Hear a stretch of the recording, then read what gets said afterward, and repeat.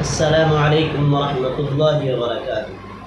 آج آپ حضرات کے سامنے کچھ روزے سے متعلق اہم مسائل لے کر کے حاضر ہوا ہوں، جن میں عام لوگ مبتلا ہے، ہماری عوام کو پتہ نہیں ہے ان مسائل کے بارے میں، اور وہ اس میں غلطی کرتے رہتے ہیں۔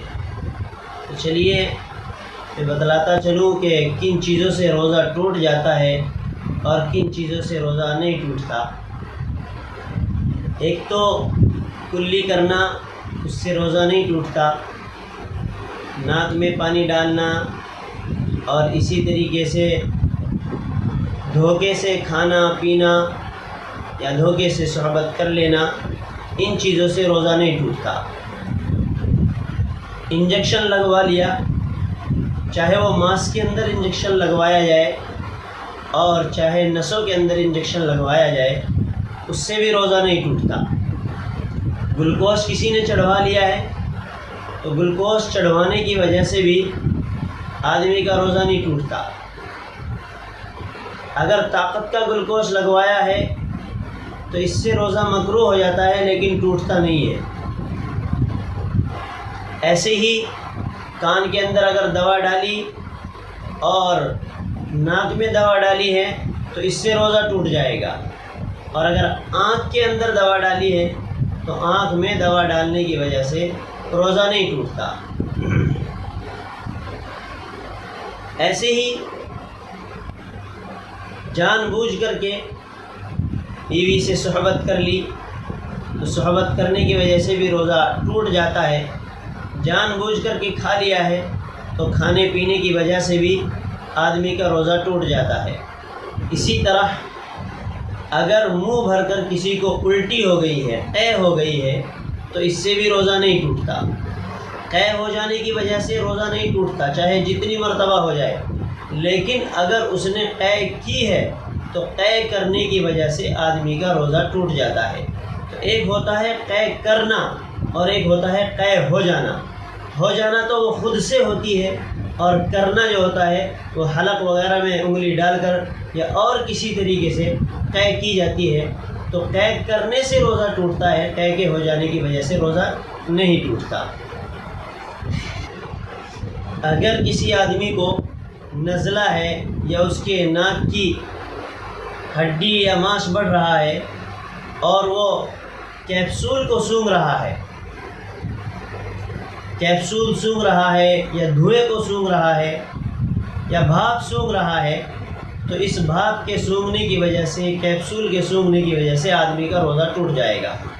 اور اگر بغیر اختیار کے کہیں سے دھواں آ رہا ہے اور وہ دھواں آدمی کے ناکوں میں جا رہا ہے تو اس سے روزہ نہیں ٹوٹتا۔ اگر بتی ہے گھر میں جلائی ہے اور جان بوجھ کر کے اس کا دھواں سونگھ رہا ہے تو سونگھنے کی وجہ سے روزہ ٹوٹ جائے گا۔ اور اگر بغیر اختیار سونگھنے کا کوئی ارادہ نہیں ہے اور ایسے ہی ناک کے اندر آ رہی ہے تو اس سے روزہ نہیں ٹوٹتا۔ اگر آدمی نے تھوکا اور تھوک کر کے اس نے دیکھا کہ اس کے تھوک میں خون زیادہ ہے، تو اگر باہر تھوک دیا تو روزے میں کوئی فرق نہیں پڑے گا، لیکن اگر خون زیادہ تھا اور اس کو پیٹ کے اندر نگل گیا ہے تو پھر اس سے اس کا روزہ ٹوٹ جاتا ہے۔ اسی طریقے سے ناک ہے، ناک سڑک لی ہے اور وہ منہ میں آ گئی ہے تو وہ اندر کی چیز ہے، اس سے کوئی روزہ نہیں ٹوٹتا۔ لیکن اگر باہر سے ایک تل کے دانے کے برابر بھی کوئی چیز منہ کے اندر جائے گی تو اس سے روزہ ٹوٹ جائے گا۔ باہر سے اگر ایک بھی چیز منہ کے اندر چلی گئی تو اس سے روزہ ٹوٹ جائے گا۔ آدمی نے کھانا کھایا اور گوشت کا ٹکڑا جو ہے وہ جاڑ کے اندر یا دانتوں میں اٹک گیا ہے، تو یہ دیکھیں گے اگر وہ چنے کے برابر ہے یا چنے سے زائد ہے تو روزہ ٹوٹ جائے گا، اور اس کو نگل گیا ہے وہ تو روزہ ٹوٹ جائے گا، اور اگر چنے سے کم ہے تو پھر روزہ نہیں ٹوٹے گا۔ اس لیے ان ذرات کو جو جاڑوں میں اٹک جاتے ہیں یا دانتوں میں اٹک جاتے ہیں ان کو نکال کر کے باہر پھینک دینا چاہیے روزے کی حالت میں۔ اگر کسی شخص نے کلی کی اور کلی کرتے وقت اسے یاد ہے کہ میرا روزہ ہے، لیکن پھر اچانک سے تھوڑا سا پانی اس کے حلق میں چلا گیا اور روزہ اسے یاد تھا تو اس کا روزہ ٹوٹ جائے گا۔ لیکن اگر یاد نہیں ہے تو اگر یاد نہ ہونے کی صورت میں اگر کوئی پیٹ بھر کر بھی چاہے کھانا کھا لے، پیٹ بھر کر چاہے پانی بھی پی لے اور روزہ یاد نہ ہو تو اس کا روزہ نہیں ٹوٹے گا۔ علماء نے لکھا ہے کہ اگر نوجوان آدمی ہو تو اس کو تو فوراً یاد دلا دینا چاہیے کہ بھئی تیرا روزہ ہے، لیکن اگر کوئی بوڑھا آدمی ہو، کمزور ہو، تو اگر کسی کو معلوم ہے کہ یہ روزے سے ہے اور وہ کھانا کھا رہا ہے تو اس کو کھانا کھانے دے، پیٹ بھر کر کے کھانے دے۔ جب وہ کھانا کھا چکے تو اس کو یاد دلایا جائے کہ بھئی تمہارا روزہ تھا۔